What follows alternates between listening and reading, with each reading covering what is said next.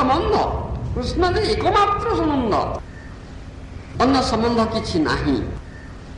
তা হচ্ছে আত্মার সম্বন্ধ, তা শারীরিক সম্বন্ধ নুহে, তা নিত্য সম্বন্ধ। শরীর নিত্য বস্তু, আত্মা নিত্য বস্তু, তেমন নিত্য সম্বন্ধ। আর কৃষ্ণ সহিত সমস্ত নিত্য সম্বন্ধিত। মুখ্য সম্বন্ধ একমাত্র সম্বন্ধ, সেই তো সম্বন্ধ, সেই তো সম্বন্ধে সম্বন্ধ আমার।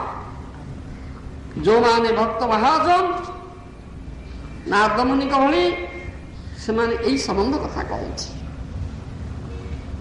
এই সম্বন্ধে ସମସ୍ତେ ସମ୍ବନ୍ଧିତ হওয়া উচিত,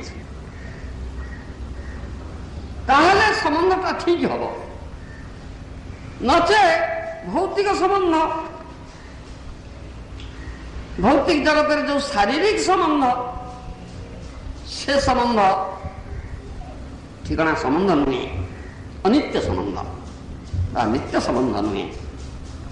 সব আଜି ଅଛି କାଲିକି ନଷ୍ଟ ହବ ହଉଛି, ତେଣୁ ସେ ସମ୍ବନ୍ଧ ସର ନଷ୍ଟ ହେବା ସଙ୍ଗେ ସଙ୍ଗେ ଭାଙ୍ଗି ଯାଉଛି, ତା ସବୁଦିନ ରହିବ ନା। ପୁଣି ଦ୍ୱିତୀୟ କଥା, ଏ ଯୋଉ ଶାରୀରିକ ସମ୍ବନ୍ଧ, ଏ ସମ୍ବନ୍ଧ ମଧ୍ୟ ସବୁବେଳେ ଯେ ଆନନ୍ଦ ଉତ୍ପାଦକ, ତାହା ଦୁଃଖପ୍ରଦ। ଯେତେବେଳେ ଆନନ୍ଦ ସୁଖର କଥା କିଛି ନାହିଁ, ଏଥିରୁ ନାନା ଦୁଃଖ ହିଁ ଉତ୍ପାଦକ ହେଉଛି ମଧ୍ୟ। କାହିଁକି ତୁମେ ନିତ୍ୟ ସମ୍ବନ୍ଧରେ ସମ୍ବନ୍ଧିତ ନହେଲେ, ଅନ୍ୟ କଥାରେ କୃଷ୍ଣଙ୍କ ସହିତ ସମ୍ବନ୍ଧିତ ନହେଲେ, ଶାରୀରିକ ସମ୍ବନ୍ଧରେ ଯଦି ସମ୍ବନ୍ଧିତ ହବ, ତାକୁ ବହୁମାନ କରିବ, ତାହେଲେ ସେ ତୁମକୁ ଦୁଃଖ ନିଶ୍ଚୟ ଦେବ।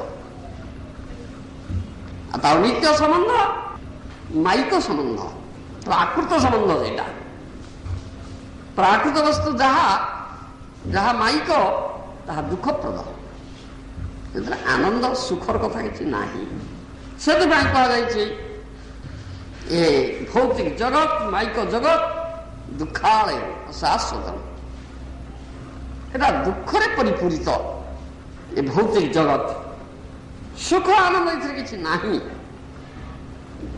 ପୁଣି ଅନିତ୍ୟ, ଶାଶ୍ୱତ ନୁହେଁ, ପରିବର୍ତ୍ତନଶୀଳ। আর আরম্ভ ଅଛି, ଶେଷ ଅଛି ଆଦ୍ୟନ୍ତବନ୍ତ। ଶ୍ରୀମଦ୍ ଭଗବତ୍ ଗୀତାରେ କୁହାଯାଇଛି ଆଦ୍ୟନ୍ତବନ୍ତ। আর আরম্ভ ଅଛି, ଶେଷ ଅଛି। ଏ ଭୌତିକ ଜଗତର ସବୁ ବ୍ୟବସ୍ଥା ହିଁ আদ্যন্তবন্ত, অর্থাৎ ক্ষণস্থায়ী। আরম্ভ ଅଛି, ଶେଷ ଅଛି। ନିତ୍ୟ ଚିରନ୍ତନ ଶାଶ୍ୱତ ବ୍ୟବସ୍ଥା ଏଠି କିଛି ନାହିଁ ଏ ଭୌତିକ ଜଗତ। ତେଣୁ ଭୌତିକ ସମ୍ବନ୍ଧ ଗୁଡା ତାହା ଆଦ୍ୟନ୍ତବନ୍ତ, କ୍ଷଣିକ ସମ୍ବନ୍ଧ। ଆରମ୍ଭ ଅଛି, ଶେଷ ଅଛି, ପରିଣତି ଦୁଃଖପ୍ରଦ। ଦୁଃଖାଳୟରେ ସୁକୃତ ଦୁଃଖପ୍ରଦ, ସୁଖ ଆନନ୍ଦ କର କିଛି ଜିନିଷ ନାହିଁ। ତେଣୁ ଯେଉଁମାନେ ସାଧୁ ମହାଜନ ନାରଦମୁନିଙ୍କ ଭଳି, ସେମାନେ ନିତ୍ୟ ସମ୍ବନ୍ଧ, ଯେ ଆତ୍ମାର ସମ୍ବନ୍ଧ, କୃଷ୍ଣଙ୍କ ସହିତ ଯେଉଁ ନିତ୍ୟ ସମ୍ବନ୍ଧ ଅଛି, ସେ ସମ୍ବନ୍ଧ କଥା କହୁଛି। ଆଉ ସେଇ ସମ୍ବନ୍ଧରେ ସମ୍ବନ୍ଧିତ ହେବା ପାଇଁ ଉପଦେଶ ପ୍ରଦାନ କରନ୍ତି, ଉପଦେଶ ପ୍ରଦାନ କରନ୍ତି। সেই সম্বন্ধে যদি আমি সম্বন্ধিত হবা, তাহলে প্রকৃত পক্ষে আমার সম্বন্ধটা ঠিক হব। আও সে সম্বন্ধରୁ ଆମକୁ ସୁଫଳ ହିଁ ମିଳିବ, ତା ନହେଲେ ଦୁଃଖ ହିଁ ମିଳିବ, ତା ନହେଲେ ଦୁଃଖ ହିଁ ମିଳିବ। ମହାଜନଗଣ ଏଇ ସମ୍ବନ୍ଧର କଥା କହନ୍ତି। ଆଉ ପ୍ରକୃତ ପକ୍ଷେ ଆମର ସେଇ ଗୋଟିଏ ସମ୍ବନ୍ଧ, ଆତ୍ମା। ଆମେ ଶରୀର ନୁହଁ, ଆତ୍ମା ନିତ୍ୟ ବସ୍ତୁ, ସନାତନ ବସ୍ତୁ। ଆଉ ପରମ ନିତ୍ୟ, ପରମ ସନାତନ ଯେ କୃଷ୍ଣ, ତାଙ୍କ ସହିତ ନିତ୍ୟ ସମ୍ବନ୍ଧ ଅଛି। ନିତ୍ୟ ନିତ୍ୟାନାଂ ଚେତନ ଚେତନାନାଂ एको ବହୁମାଂ ଯୋ ବିଦଧାତି କାମ। ଉପନିଷଦରେ ଏ କଥା କୁହାଯାଇଛି। ପରମ ନିତ୍ୟ ଜଣେ, ସେ ହେଉଛନ୍ତି ପରମେଶ୍ୱର ଭଗବାନ। ଆଉ ଆତ୍ମା ମଧ୍ୟ ନିତ୍ୟ ବସ୍ତୁ, ତାଙ୍କର ଅଂଶ ବିଶେଷ, ଅଣୁ ନିତ୍ୟ। ଚେତନ ଚେତନାନାଂ, ପରମ ଚେତନଶୀଳ ସେ ଭଗବାନ। ଆଉ ଆତ୍ମା ମଧ୍ୟ ଚେତନଶୀଳ ବସ୍ତୁ, ଜଡ଼ ବସ୍ତୁ ନୁହେଁ, ତାଙ୍କର ଅଂଶ ହିସାବରେ। ସେ ପରମ ନିତ୍ୟ, ପରମ ଚେତନଶୀଳ ବସ୍ତୁ ଭଗବାନ କୃଷ୍ଣ ସେ ସମସ୍ତଙ୍କର କାମନା ପୂରଣ କରୁଛନ୍ତି। ସେ ହେଉଛନ୍ତି ଶ୍ରୀମଦ୍ ଭଗବଦ୍ ଗୀତାରେ କୁହାଯାଇଛି ସେ ହେଉଛନ୍ତି ଅନୁମନ୍ତା, ଅନୁମତି ପ୍ରଦାନକାରୀ। ସେ ସାଂସନିଂ ଅଥରିଟି ଇଂରେଜୀରେ କୁହାଯିବ। Sanctioning authority, ultimate sanctioning authority, ultimate sanctioning authority, ଚରମ ଅନୁମତି ପ୍ରଦାନକାରୀ ଶ୍ରୀକୃଷ୍ଣ। ସେ ସାଂସନ ନ କଲେ, ଅନୁମୋଦନ ନ କଲେ, ଅନୁମତି ପ୍ରଦାନ ନ କଲେ କାହାରି କୌଣସି କାମନା ପୂର୍ଣ୍ଣ ହେବ ନା, ବା କୌଣସି କେହି କିଛି କରିପାରିବେ ନା, କିଛି କ୍ରିୟା ବି ଏଠି ସଂଗଠିତ ହେବ ନା ଭୌତିକ ଜଗତରେ। ତା ସତ କଥା କୁହାଯାଏ। ତାଙ୍କ ସେ ଭଗବାନଙ୍କର ଯଦି ଇଚ୍ଛା ନ ହେବ ତାହେଲେ ଘାସ ପତ୍ର ସୁଦ୍ଧା ହୋଇପାରିବ ନା, ଅନ୍ୟ କଥା କଣ କହିବା। ସେଥିପାଇଁ ସେ ଭଗବାନଙ୍କ ସହିତ ସମ୍ବନ୍ଧିତ ହେଲେ ସବୁ ଠିକ ହେଇଯାଏ, ସବୁ ଠିକ ହେଇଯାଏ। ଆଉ ସେ ସମ୍ବନ୍ଧରେ ଯଦି ଆମେ ସମ୍ବନ୍ଧିତ ନ ହବା, ସର ସମ୍ବନ୍ଧରେ ସମ୍ବନ୍ଧିତ ହବା, ତାହେଲେ ଏ ସମ୍ବନ୍ଧ ଆମକୁ ଦୁଃଖପ୍ରଦ। ଏଟା ତସ୍ମିନ୍ କାଳେ ସୁଖ ବା ଆନନ୍ଦ ଦେଇପାରିବ ନା, ଏଟାକୁ ଭଲ ଭାବରେ ଜାଣି ରଖିବାକୁ ପଡ଼ିବ। ସେଥିପାଇଁ ମହାଜନମାନେ ଏହି ସମ୍ବନ୍ଧ କଥା କହିଛନ୍ତି। ଆଉ ସମସ୍ତେ ଏହି ସମ୍ବନ୍ଧରେ ସମ୍ବନ୍ଧିତ ହେବା କଥା କହିଛନ୍ତି। ଆଉ ପାଣ୍ଡବଗଣ ସ୍ୱାଭାବିକ ଭାବରେ ସେ ଭଗବାନଙ୍କ ସହିତ ସମ୍ବନ୍ଧିତ, ଆଉ ନିତ୍ୟ ସମ୍ବନ୍ଧିତ, ଆତ୍ମା ତ ନିତ୍ୟ ସମ୍ବନ୍ଧିତ, ଏମାନେ ନିତ୍ୟ ସମ୍ବନ୍ଧିତ, ସ୍ୱାଭାବିକ ଭାବରେ ସମ୍ବନ୍ଧିତ। ଏମାନେ ଦୈହିକ ସମ୍ବନ୍ଧ କଥା କିଛି କୁହାଯାଉ ନାହିଁ, ଶାରୀରିକ ସମ୍ବନ୍ଧ କଥା କୁହାଯାଉ ନାହିଁ। ଅବଶ୍ୟ ଭୌତିକ ଜଗତରେ ଯେତେବେଳେ ଭୌମ ଲୀଳା କରୁଛନ୍ତି ଭଗବାନ, ଭଗବାନଙ୍କର ଏଟା ଭୌମ ଲୀଳା। ଭୌମ ଲୀଳାରେ ସେ ପାଣ୍ଡବ ମାନଙ୍କର ଶାରୀରିକ ସମ୍ବନ୍ଧ ସମ୍ବନ୍ଧୀ ହେଇକରି ଆସିଛନ୍ତି, ଯାହା କହନ୍ତି କଜିନ୍ ପ୍ରଦାନ, ଭ୍ରାତା ହିସାବରେ, ସଖା ବନ୍ଧୁ ଭ୍ରାତା ପୂର୍ବରୁ କହିଲେ। ଏ ବି ରହିଛି, କିନ୍ତୁ ନିତ୍ୟ ସମ୍ବନ୍ଧିତ। ପାଣ୍ଡବ ମାନେ ତାଙ୍କ ସହିତ ନିତ୍ୟ ସମ୍ବନ୍ଧିତ, ନିତ୍ୟ ପରିକର, ନିତ୍ୟ ପାର୍ଷଦ। ଯୋଉ ଯୋଉ ବ୍ରହ୍ମାଣ୍ଡରେ ଯୋଉ ଯୋଉଠି ଯେପରି ଭାବରେ ଭଗବାନଙ୍କର ଯୋଉ ଲୀଳା, ତାହା ନିତ୍ୟ ଲୀଳା। ସେ ଲୀଳା ଚାଲିଛି ବରାବର, ଅଳ୍ପରେ ଥରେ ଗୋଟେ ଗୋଟେ ବ୍ରହ୍ମାଣ୍ଡରେ ପ୍ରଦର୍ଶିତ ହଉଛି, ଅନ୍ୟ ବ୍ରହ୍ମାଣ୍ଡରେ ଏ ଲୀଳା ଚାଲିଥିବ। ଯୋଉ କୁରୁକ୍ଷେତ୍ର ଲୀଳା ଏଠି ଶେଷ ହେଇଗଲାଣି, ବ୍ରହ୍ମାଣ୍ଡରେ ଚାଲିଥିବ। ପାଣ୍ଡବମାନେ ତାଙ୍କ ସହିତ ଲୀଳାର ଅଂଶଗ୍ରହଣ କରୁଥିବେ। ଏ ନିତ୍ୟ, ତେଣୁ ଏ ତାତ୍ପର୍ଯ୍ୟ ଅଛି ଆ ଭିତରେ। ଏ ଶାରୀରିକ ସମ୍ବନ୍ଧ କଥା କୁହାଯାଉନି,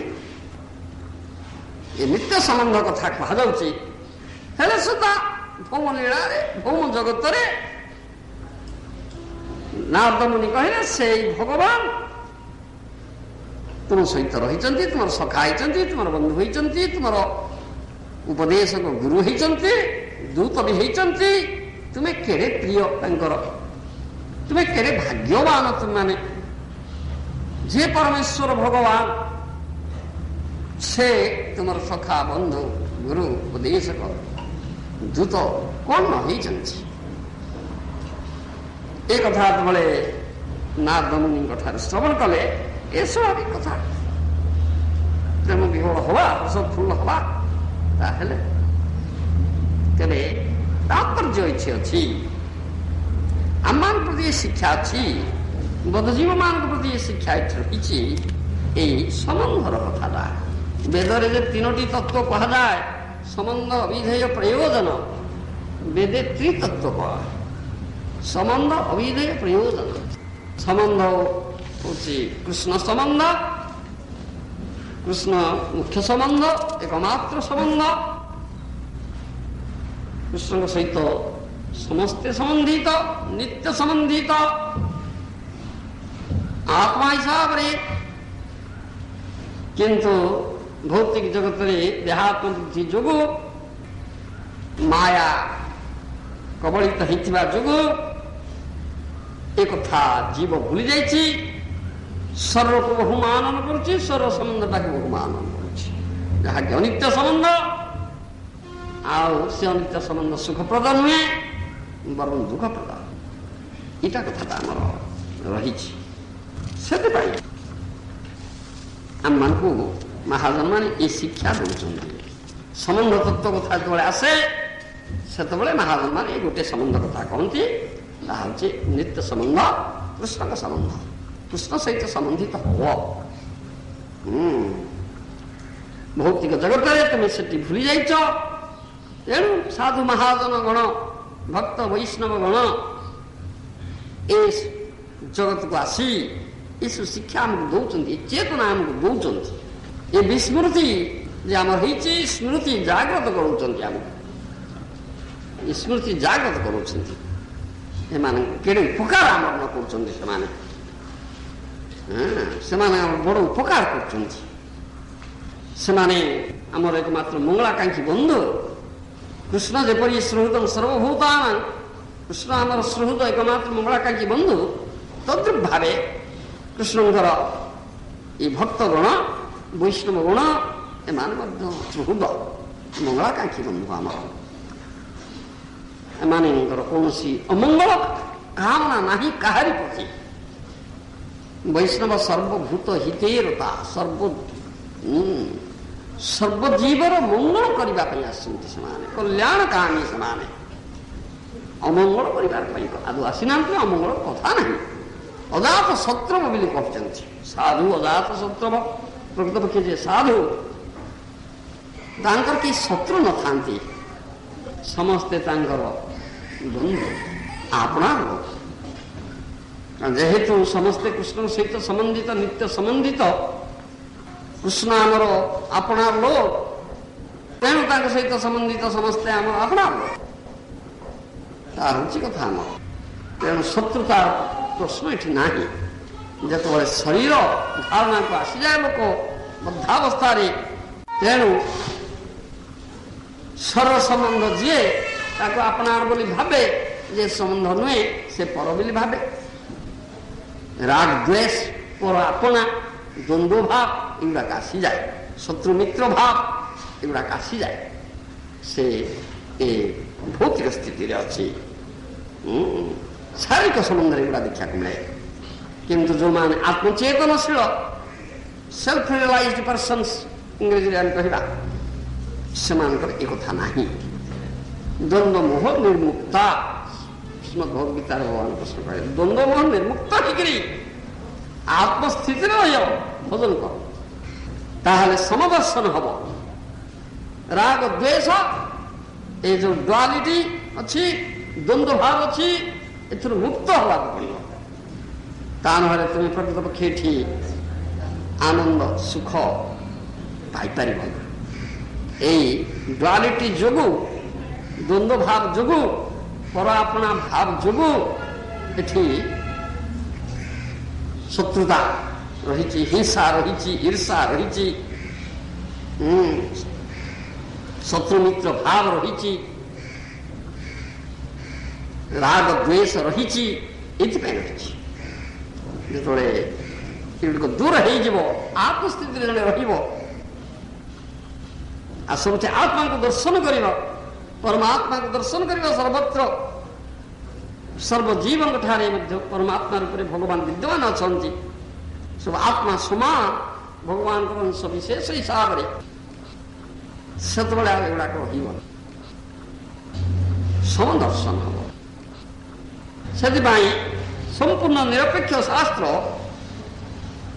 ଶ୍ରୀମଦ୍ ଭାଗବତ ରୋକ୍ଠୋକ୍ ଭାବରେ କହନ୍ତି, ଯସ୍ୟାତ୍ମବୁଦ୍ଧି ଗୁଣପେ ତ୍ରିଧାତୁକେ ଶୋଧି ଗୁଣତ୍ରାଦିଷୁ ଭୂମିର୍ଯତି ଯତୀର୍ଥ ବୁଦ୍ଧି ନ ସଲିଳେ କରିଛି ଜନେଷୁ ଅଭିଜ୍ଞେଷୁ ସ ଏବ ଗୋକର। ଏ ରୋକ୍ଠୋକ୍ ଭାବରେ କହନ୍ତି। ଯସ୍ୟାତ୍ମବୁଦ୍ଧି ଗୁଣପେ ତ୍ରିଧାତୁକେ, ତ୍ରିଧାତୁ ବାତ ପିତ କଫ ତ୍ରିଧାତୁରେ ପରିପୂର୍ତ୍ତ ସ୍ୱରଟାକୁ, ଗୁଣପ ବୋଇଲେ ମୁଣାଟାକୁ ଯେ ଆତ୍ମବୁଦ୍ଧି କରୁଛନ୍ତି, ସ୍ୱରକୁ ଆତ୍ମା ବୋଲି ଭାବୁଛନ୍ତି, ସ୍ୱରକୁ ମୁଁ ବୋଲି ଭାବୁଛନ୍ତି। ଏ ବୁଦ୍ଧି ଯେଉଁମାନଙ୍କର ଶୋଧି କଣତ୍ର ଆଦିଷୁ ଭୂମିର୍ଯତି, ସ୍ୱର ସହିତ ସମ୍ବନ୍ଧିତ କଳତ୍ର ଭାର୍ଯ୍ୟା ଭାଇ ବନ୍ଧୁ କୁଟୁମ୍ବ ଆତ୍ମୀୟ ସ୍ୱଜନ ପୁତ୍ର କନ୍ୟା ଆଉ ଟିକେ ଉଦାର ହେଲେ ଦେଶ ଭାଇ ଜାତି ଭାଇ ଏସବୁ ମୋର ମୋର ଆମ ସ୍ୱର ସଙ୍ଗୀ ସମ୍ବନ୍ଧିତ ଯୋଉମାନେ ଦେଶ ସମ୍ବନ୍ଧିତ ନୁହନ୍ତି ପର ସେମାନେ ପର ଏଇ ଭାବ ପର ଆପଣା ଭାବ ଆଉ ଯୋଉ ଭୂମି ଈଶ୍ୱର ଜନ୍ମ ହେଇଛି ମାତୃଭୂମି ଜନ୍ମଭୂମି ସେ ପୂଜ୍ୟ ଭୂମି ସେ ପୂଜ୍ୟ ସର୍ବାରାଧ୍ୟ ସର୍ବପୂଜ୍ୟ ଏକମାତ୍ର ସମ୍ବନ୍ଧିତ କୃଷ୍ଣ ସେଇ କଥା କହୁନାହାନ୍ତି ଜନସ୍ୟ ଅଭିଜ୍ଞେଷୁ ସ ଏବ ଗୋଖର ଜନସମାଜ ଦୃଢ଼ ଅଭିଜ୍ଞ ବ୍ୟକ୍ତି ହୁଅନ୍ତୁ ନା କାହିଁକି ସେ ମନୁଷ୍ୟ ପଦବାଚ୍ୟ ହଉନାହାନ୍ତି ଗୋଖର ଗାଧି ଗର୍ଦ୍ଧବ ଶ୍ରେଣୀର ଏ ଘା ଶ୍ରୀମଦ ଭାଗବତ ନିରପେକ୍ଷ ଭାବରେ କହୁଛନ୍ତି ମଣିଷ ସ୍ୱର ଧରରେ ସୁଦ୍ଧା ମଣିଷ ପଦବାଚ୍ୟ ହଉନାହାନ୍ତି ପଶୁ ଶ୍ରେଣୀର ପଶୁର ସ୍ୱର ଧାରଣା ପଶୁ ଶସ ଧାରଣା ଉପରେ ରହିଛି ପଶୁ ସ୍ୱର ସମ୍ବନ୍ଧୀ ଆତ୍ମଚେତନା ତାର ହେଇପାରିବ ନା ଆତ୍ମଚେତନା ନାହିଁ ପଶୁର ପ୍ରତ୍ୟେକ ପଶୁର ଅଛି ଏ କଥା ପ୍ରତ୍ୟେକ ପଶୁର ଏକଥା ଅଛି ତାର ସ୍ୱର ସମ୍ବନ୍ଧ ଯୁକ୍ତି ଅଛି ତା ବିଷୟରେ ଭଲ ପାଉଛି ସ୍ୱର ସମ୍ବନ୍ଧ ଅନ୍ୟ କିଏ ଆସିଲା ତାପରେ ହିଂସା ଆଚରଣ କରୁଛି କୁକୁର ଆମେ ଦେଖନ୍ତୁ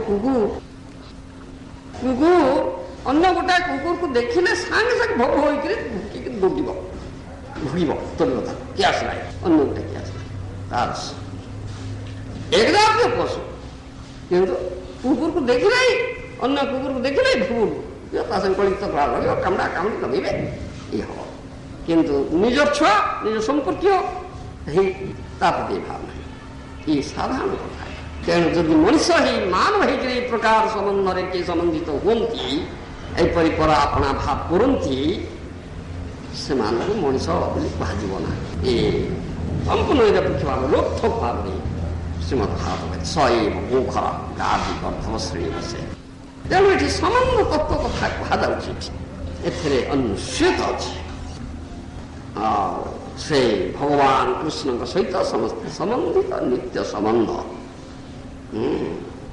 ଆଉ ଏ ଭୌତିକ ଜଗତକୁ ଯେତେବେଳେ ଆମେ ଆସିଛେ ଆମେ ଭୌତିକ ସମ୍ବନ୍ଧରେ ସମ୍ବନ୍ଧିତ ହେଇଯାଇଛେ ଆମ ନିତ୍ୟ ସମ୍ବନ୍ଧ କଥା ଆମେ ଭୁଲି ଯାଇଛେ ସେଥିପାଇଁ ଆମେ ଦୁଃଖ ପାଉଛେ ଆଉ ସାଧୁ